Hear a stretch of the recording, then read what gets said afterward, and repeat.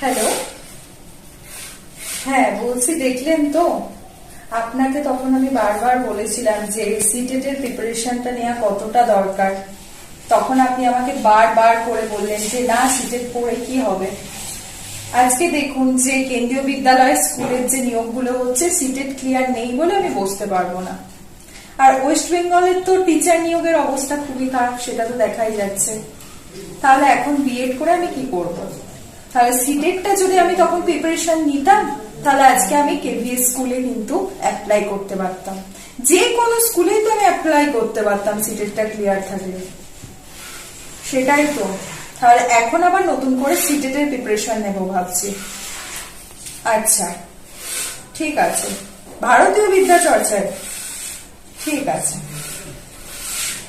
Hello students, তোমরা যারা আমার মতো সিটেট এর প্রিপারেশন নিচ্ছ, তারা অবশ্যই কিন্তু ভারতীয় বিদ্যা চর্চায় যোগাযোগ করো, যেখানে সিটেট এর নতুন ব্যাচ কিন্তু শুরু হচ্ছে। আর সিটেট ক্লিয়ার করা কতটা জরুরি এখন তো তোমরা সবাই বুঝতেই পারছো। তাই সবাই কিন্তু সিটেট এর জন্য প্রিপারেশন নাও এবং সিটেটটা ক্লিয়ার করে রাখো। আর তারই জন্য ভারতীয় বিদ্যা চর্চায় কিন্তু নতুন ব্যাচ সিটেট এর শুরু হচ্ছে। এনরোল করে কিন্তু ক্লাস স্টার্ট করতে পারো।